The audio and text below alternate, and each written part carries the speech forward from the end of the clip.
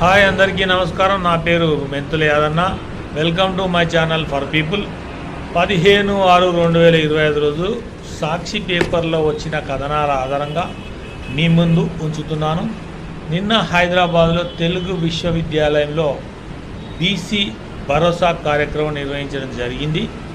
బీసీలకు ముఖ్యమంత్రి అయ్యే సమయం ఆసన్నమైందని టీపీసీసీ అధ్యక్షుడు మహేష్ కుమార్ గౌడ్ గారు పేర్కొన్నారు. ఈ సందర్భంగా బీసీలంతా కుల మతాలకు అతీతంగా ఏకమై ఉద్యమించాలని ఆయన పిలుపునిచ్చారు. అదేవిధంగా కేరళ, తమిళనాడు, కర్ణాటక రాష్ట్రాల్లో బీసీలు ముఖ్యమంత్రులు అయ్యారు. మన ఉమ్మడి ఆంధ్రప్రదేశ్, తెలంగాణలో బీసీ ముఖ్యమంత్రి ఇంతవరకు కాలేదు. కాబట్టి మనమంతా ఏకం కావాలని చెప్పి ఆయన పేర్కొన్నారు. భరోసా కల్పించే నాయకత్వం రావాలని ఈటెల రాజేందర్ అన్న గారు పేర్కొన్నారు. అక్కడికి వచ్చిన మంత్రులంతా లేదా నాయకులంతా మరి ఈ యొక్క దానికి నాయకత్వం వహించాలని చెప్పి ఈటెల రాజేందర్ అన్న గారిని కోరడం జరిగింది.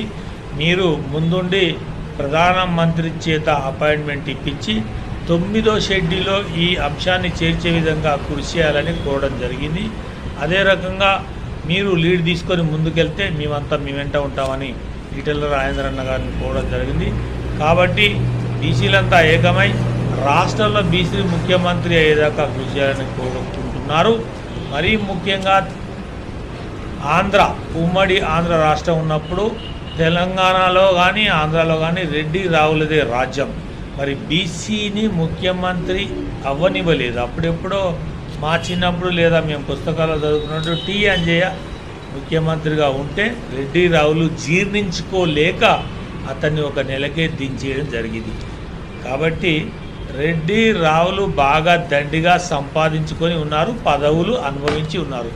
బీసీల దగ్గర అంత డబ్బు లేదు. కాబట్టి బీసీలను ముఖ్యమంత్రిగా ఎదగనీయడం సాధ్యం కాదని కొంతమంది రాజకీయ విశ్లేషకులు పేర్కొంటున్నారు. కాబట్టి బీసీలంతా ఖచ్చితంగా వెనుకడుగు వేయకుండా ఏకంగా ఉండి యూనిట్గా ఉంటే మాత్రమే బీసీ ముఖ్యమంత్రి అయ్యే అవకాశం ఉంటుందని రాజకీయ విశ్లేషకులు పేర్కొంటున్నారు. థ్యాంక్ యూ, ధన్యవాదాలు.